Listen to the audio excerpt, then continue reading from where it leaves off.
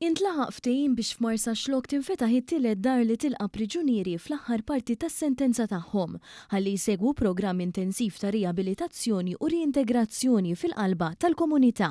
Din id-dar se tkun l-ewwel waħda speċifikament għal priġunieri nisa. Memorandum of Understanding bejn il-Ministeru għall-Intern, is-Sigurtà u x-Xogħol, l-Aġenzija għas-Servizzi Korrettivi u l-Fondazzjoni Rise se jwassal l-investiment ta' kważi €900,000 fuq 3 snin biex jiġi impjegat tim multidixxiplinarju li se jkollu treġija ta' dar fideh. Dan it-tim se jinkludi amministratur, psikologu, social worker, terapista tal-familja u anke konsulent fuq ix-xogħol biex jassigura li l-persuni li jkunu qed isegwu dan il-programm jingħataw l-attenzjoni professjonali kollha possibbli u fl-istess ħin il-professjonisti jkunu jistgħu isegwu il-progress irreġistrat.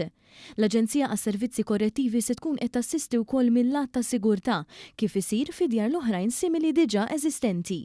Għall-istess dan il-Ministeru permezz tal-Aġenzija Leza kien diġà assista b'investiment ta' madwar €15,000 biex ġew mixtrija numru ta' kameras ta' sigurtà.